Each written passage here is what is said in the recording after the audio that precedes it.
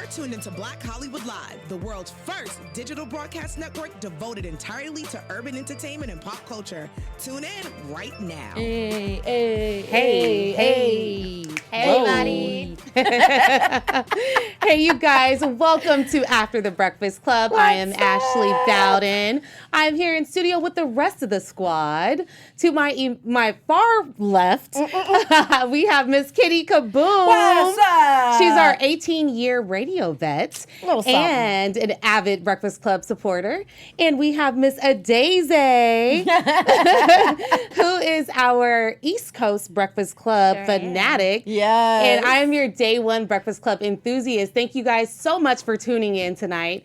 So much to talk about. Mm-hmm. A lot. There's a lot. Yeah. They cover a lot of ground. Exactly. Like Charlemagne believes white people get away with white collar crimes more than people of color. As do I. We're going to talk about that. Yee and Charlemagne actually got into a pretty intense discussion about journalistic integrity. So that should be interesting to unpack. And Charlemagne thinks that Monique needs to let the hurt go. Plus, we will be getting into our news segment and our donkey of the day, which I'm particularly excited about. I know it's going to be messy. But before we get into all of that, what's our overall thoughts of this week's episodes? What do we think? What do you think, Mama? We had a lot of good topics, a lot of good interviews. You know, I wasn't surprised to see 50 there again. I feel like he has like a resident Breakfast Club card. Like he just swipes it and he just be walking in the building, didn't even expect him. But we had a lot of good discussions. You know, a lot of the times you watch the show, they're usually jokey and stuff like that. There's a lot of serious topics, more serious topics that they covered. And Charlemagne, again, he was being constructive sometimes. So it was good. Yeah, I enjoyed the whole week. I love that they have diversity in that they'll have a 50 Cent today and they'll have like those black women gangsters on another day. And then they'll have like a political figure like, you know, Yang Gang was on there and promoting the fact that, you know, he could have been, had he not dropped out, the first Asian president. I just like the fact that they run the gamut. You know what I mean? They talk to everybody about everything. And that's always pretty damn good to me. Yes. I love the fact that 50 Cent is on there at least Do once you? a year. Yes. He annoys the hell out of me. He is always just like so provocative unnecessarily. I don't think so. He brings a lot of intellect to his interviews. He does. I would say You would be surprised. Like you can learn a lot just listening to him. True enough. I enjoy his conversation, and I'm not even engaging one-on-one. Yes. I like him. Very this is like across his career though. He gives damn good interviews. He's the Outside man that of you... that, he is not articulate whatsoever. He is so vulgar. As soon as he gets on a mic in front of a camera, he like has good things to say. Yeah, he does. It's so crazy. He's the man that you love to hate. Well, that I will agree with. And the fact that he was saying things that the hosts were just like, okay, now you're talking like rich people language. We can't even identify. I thought that was kind of cute. So he does bring good stuff, but he mumbles, and I just don't care for him. He and got there's a bullet always in his mouth. Okay. That's why he be mumbling. No, it ain't. Because he speaks articulately when he wants to. All right, you guys. So let's get into our first topic. So during their discussion with BET's American Gangster Trap Queens, Charlemagne said, quote, "There's got to be a way white people do it," meaning white collar crimes, and not get locked up. So overall, he believes that white people commit white collar crimes and they don't get caught, while people of color don't have that same privilege. I want to ask you guys, do you think that, first of all, let me back up. We know that Charlemagne's always vocal about racial inequality. He is not apologetic about that at all. Yeah. So does Charlemagne have a valid question or point? And do you think that he brings up race too much? I never think he breaks up race too much. I don't think so, because we live in a society that constantly tries to minimize it or downgrade it or give it its moment and keep it moving. No, let us keep this conversation going until we see real change take place in a big way, in a cyclical way, in a generational way. Yeah. So to answer your question two-part, no. And secondly, I do love the fact that he brought that to our attention, because the lady, I don't know her name. I feel terrible. I didn't write down their names. I'm sorry. But one of the young ladies the trap queen. Thank you. One of the trap queens queen. She's super articulate as well. I learned a lot from her conversation. And basically she said, not once, but twice, 2 different occasions, the officers that arrested her and the prosecutors came to her and personally said, Nessie, had you kept your little butt on the other side of the 405 and stayed your ass in your lane over there in Crenshaw and done all this mess, we wouldn't have bothered you. But you had to come over here and dip in our pond, and that's why you're going to jail. Yeah. So on more than one occasion, they literally said it's because you're black, just in case you were wondering. And you didn't stay in your lane. Exactly. And you didn't dupe your own people. You tried to dupe us. You tried to play our game. Oh, we about to give you about 3 times as much as we would your white counterparts. Right. Sad. Yeah. Daisy? I would agree and say there's never too much discussion of racism. I believe personally racism will never go away because the power that pushes it is just too massive, and the people who benefit from it will never work to get over it. So I think Charlamagne does a good job at he speaks his mind without being too radical about it. Like, you know how they have Dr. Umar Johnson on the right. He's a mess. I don't know why he keeps coming on there. I love him. He's very radical. So radical. Anyway, so I like that he does talk about it, and he does make a good point. The way he asked, as if like he goes, there has to be a way, but I think he knows what the way is. Yeah, and there is no way.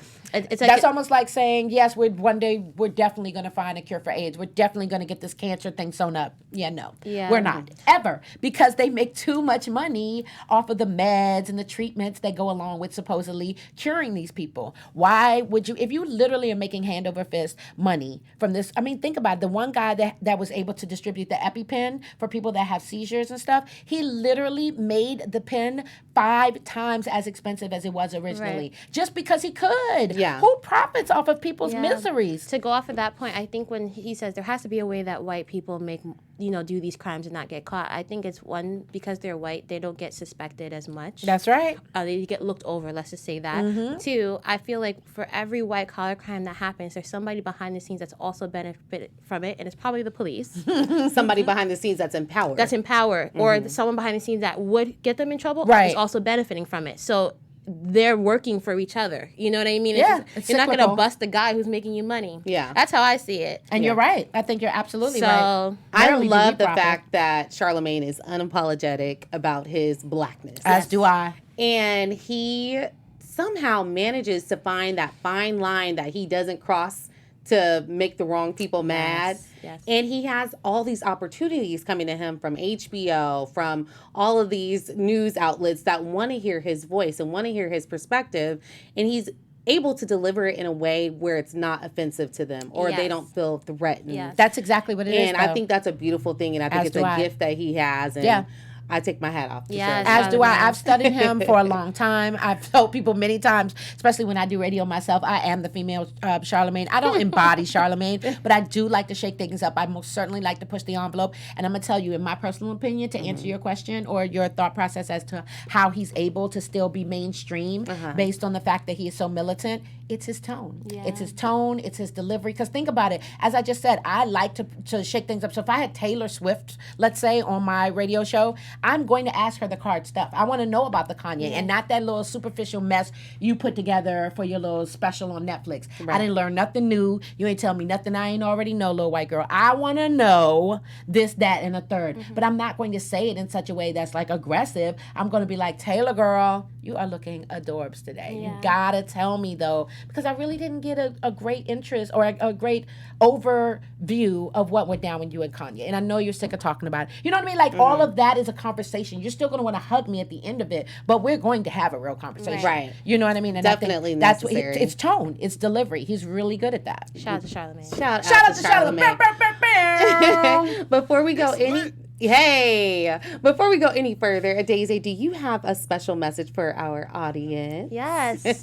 Thank you so much for tuning into Black Hollywood Live. Please like, comment, and subscribe, and let us know how we're doing. Let us know how you felt about this week's topics and interviews, Donkey of the Day. If you're listening on Apple, please give us 5 stars. Bye. And thank you so much for contributing. Thank you so much for watching. The reason why we're here is because you're there. Yes, that's a cute one. I like that. Yes. The reason why we're here is because you're there. Yeah. I like it. I like it. All right, you guys. So next up, Charlamagne thinks that Monique needs to, quote, let the hurt go. So I'll give you we can have a little backstory discussion. During Angela Yee's rumor report, Monique, she reported how Monique highlighted the fact that Toni Braxton actually stated that Oprah was mean to her when she was on her show. Mm-hmm. I didn't know that. I felt like she was a little mean too. I didn't know that. Yeah. I was very shocked to hear that. Anywho, Charlemagne's response was Monique needs to let the hurt go. He felt that Monique bringing this up, highlighting this, was feeding her pain from, whatever slight she feels like she experienced from Oprah.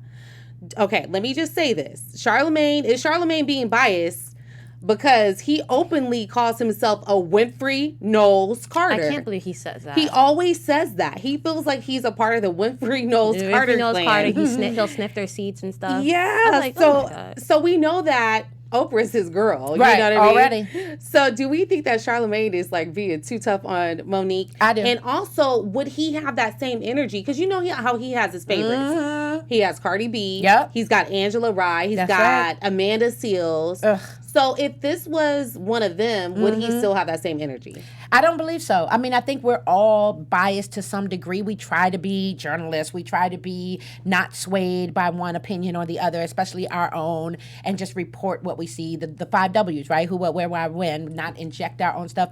But rarely does that happen. There's always a slant. There's always a bias, not meaning to, but when you report so many things and you have a platform such as he does, he's not like on the 6 o'clock news. You know what I mean? He's on an entertainment show. So he's going to come from that standpoint. And I think that he can suck it with all this talk about how she just needs to sit down.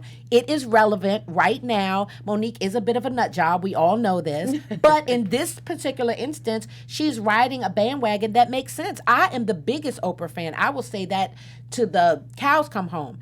But when people pointed out those interviews and made light of what she had been doing over time, I had to kind of scratch my head and go, it makes me cringe, but it's true. It's true. There's some truth there. She minimizes us and she celebrates them. And I'm sorry, why is that happening again? That's not cool. Yeah, I don't really agree with Charlemagne, but I think it's coming from a biased place because if guys remember when Monique came to the Breakfast Club and they had a little spat. Yes. And she called sat him Leonard. down. Leonard. You know, Right, check this out, Leonard. But she sat him down because she was like, I expect this from you because the way and Charlemagne's known for not handling women the proper way, being respectful. So she expects that from him. So of course it's coming from a place like Monique, you need to let it go. But let's understand who Oprah is now. It's Oprah. She's a power that is unstoppable. She has a lot of hands in a lot of places. And so unparalleled. I feel like Monique has to continue to keep giving examples because it's going to take that much for people to be like, I'm not just talking. Like, right. It's this person too. It's this person too. We're talking about Gayle King, how, she's targeting Kobe. And, Gayle King is Oprah's homie. Bestie. So it's like, she feels like she has to give example. Look at Toni. Cute little Toni. No one really, look how she bullied Toni, who doesn't really have that big of a presence where it's like. Well, not anymore, but she used to. She was a powerhouse. She was a huge. No, what I meant was bigger presence, like we'll go back and forth with an Oprah. Oh, yeah. You know what I mean? I Monique will go back and forth with an Oprah. Right. Toni, who we see as cute, powerhouse voice, but cute personality. She doesn't make any waves. Yeah. She's getting bullied on that show. She really was. I just don't think that she was. She's not a confrontational person at all. So that's what she Monique was trying to show. Comfortable. Right. Exactly. Yes, saying but after the fact, I love the quote from her, which was Oprah made mention that, oh my gosh, I didn't even know Gucci made flatware in order to what, embarrass me? And then, because guess what, you're Oprah. So if you wanted to buy Gucci flatware, you could. No, she knew Gucci made flatware. Of course she does. Well, it was the point she made. What she said was, I'm Oprah Winfrey. And I don't even know have. slow. Yeah, that's right. a. I know she's lying. Come on, but you're that Oprah doesn't Winfrey. even sound right. Like, Oprah, why would you say that? That's Why would you say that? You might as well have done one of these and been like, I'm sorry, did you not know who I was? Right. Like, come on, girl, that was so unnecessary. But I And do she's all agree. I do agree with Charlemagne saying that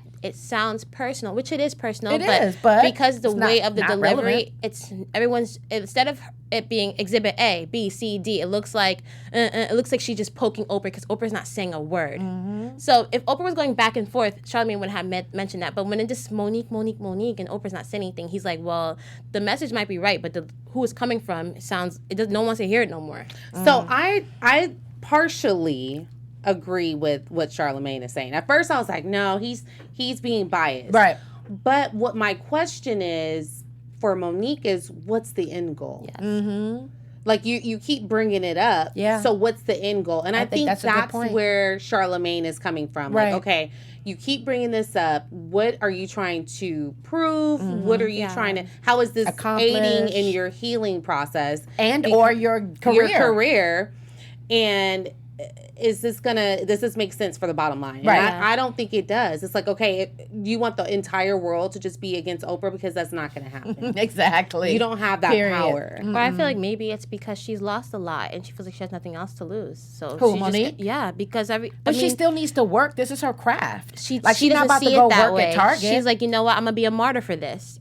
Maybe. I don't know. That's how she's acting. That's how she's acting, but I don't believe she believes that. She still wants to work. That's why she's like, I love you, my babies, and I'm going to do this for y'all. It's only Monique. I can tell that she genuinely loves the craft of acting, and I think that she was lucky enough, I don't believe in luck, but, blessed enough, whatever, to land the role in Precious, to do amazing things with that, to get an award for it, one of the most prestigious awards that we give here in our society, and then, unfortunately, to just jump on that whole he blacklisted me bandwagon. I think you're right. I think she feels like at this point, I will go down with the ship. Yeah. But at what cost? You make a very good point. Why are you holding on to this so closely if in fact that there's nothing for you to gain from it? Is it about to get you a movie role? Are you gonna no, seriously, like, are you about to turn everybody's mind around and Netflix all of a sudden is gonna call you tomorrow and be like, girl, you was right. We wasn't paying you what you was worth. Come on over here and we'll give you $20 million for your stand up. Like, if you think that that's what's gonna happen as a result of you basically bullying people or at least shining lights on their inconsistencies and their bad stuff, then more power to you. But that ain't really how Hollywood works. No, it's not. No. All right. So moving along, we have Yee and Charlemagne getting into a little bit of a testy conversation. I felt like it was testy about journalistic integrity. This is on the heels of their discussion about the Gayle King and Snoop Dogg controversy. Right. Charlemagne agreed that it was good that that Snoop Dogg apologized and that Gayle King apologized and et cetera, et cetera. But his whole point was we didn't get to have the conversation. Right. That is it too soon for us to have had the questionable question presented about Kobe's legacy? So Yee's response was, some people feel that as a journalist, you put your emotions to the side. And when she said it, her face literally just kind of had so much sadness in it. And I was wondering, it made me think back to the Gucci Mane and Charlemagne interview, and her feelings were obviously heard about that. We know about that.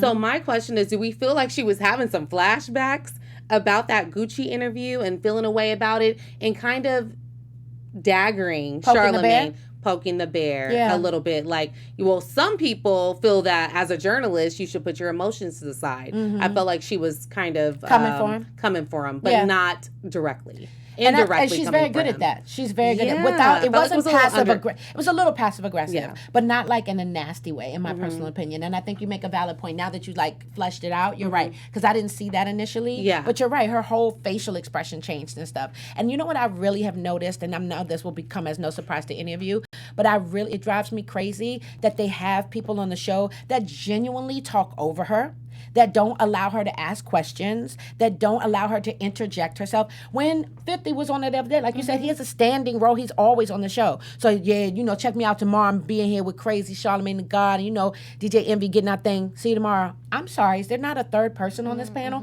It's so prevalent that this is what men do with women, and it drives me crazy. So I think she had a double whammy in that she's pointing out, yes, as a journalist, I personally feel this, that, and the third. And as a woman, I feel this, that, and the third. And I think you should be able to hear me. But if she said it like that, then it would come off as, angry black woman. So she says it in such a way that's palatable for Charlemagne while still making her point. I love it. I'm here for it all day. Yeah. All day. Yeah. Daisy?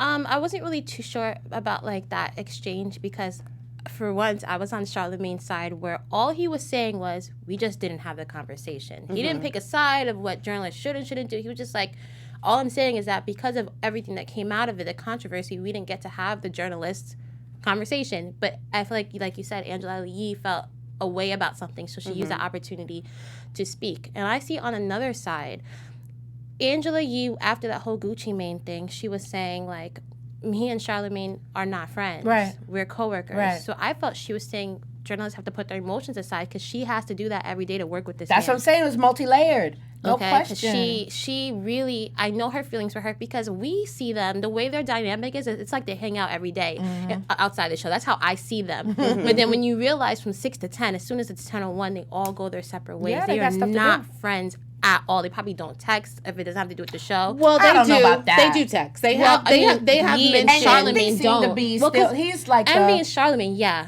But like you said, I think Envy and Ye probably talk. They've mentioned group texts. yeah, but I think that died with this whole Gucci Mane thing because she said we're not friends outside the show. She thought that Charlamagne would have her back, and this showed her that we're not friends outside the show. Yeah. So I think that's what she was, journalists got to put their emotions to the side. She has to do that every single day. I thought that was so funny that they're talking about journalism because if the T.O. in the Matthew Hatchett interview, he was like, we ain't journalists, we just some N-words. We're N-words with opinions. With opinions. I thought that was hilarious because they are because they're journalists, not but they do it journalists. in a whole nother, they do it in like a... They're journalists with a spin. With I a mean, big spin. they're 2020 journalists. Yes. We're using that word very loosely. I mean, we these have days. to change the definition. I guess. I mean, have to. The only reason that I'm saying it's coming from a personal standpoint is I have a journalism degree. I studied it, and I think people that do and work in institutions that foster journalistic integrity and stuff, then they feel some type of way about that. Even if you've come from that and you decided to go into entertainment where things are a lot more loose and a lot more, opinionated and not so strategic or whatever. But at the end of the day, if you are in fact reporting anything, I guess these days you would be considered a journalist. I mean, but that's really using the term pretty CNN lightly. considers, him a journalist. He's there regularly reporting on serious things with a good knowledge. And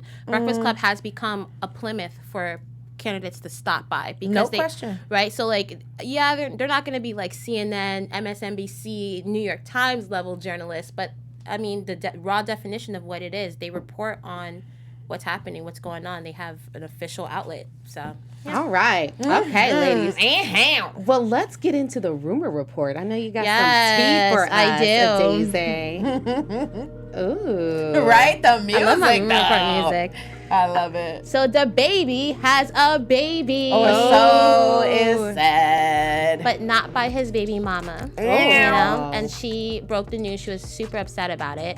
And that's because obviously she's not the one who's birthing this baby. Right. Now, Angela Yee was saying, to be fair, to play devil's advocate, she did have an interview, if you guys saw that went viral, when she was just like, we single, but he's still my boo. So she solidified that they're not technically in a relationship. So can she still be mad? So an open relationship. They had an open relationship. You know how the baby mama thing, how that goes. They have that same type of bond, but technically they're not together. But he also said on the other side, she still has a valid reason to be upset about it. I mean, he had a baby your outside of there. your emotions are involved, and it sounds good when you don't have to deal with the consequences of that open relationship. Yes. But now it's real. Yeah, it's not like it doesn't cheating. feel It's so a good. baby, permanent. Right, That like baby a whole baby. is now your sibling's half brother or sister. So that's that.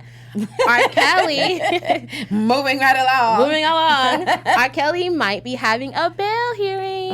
Oh, okay. wow. Very So interesting. he is subject to be released if he should make his bail hearing after being accused and charged of the sex crimes he did in Illinois. And right now his lawyer is trying to push for him to have house arrest. Okay. Because he hasn't proved to be a flight risk.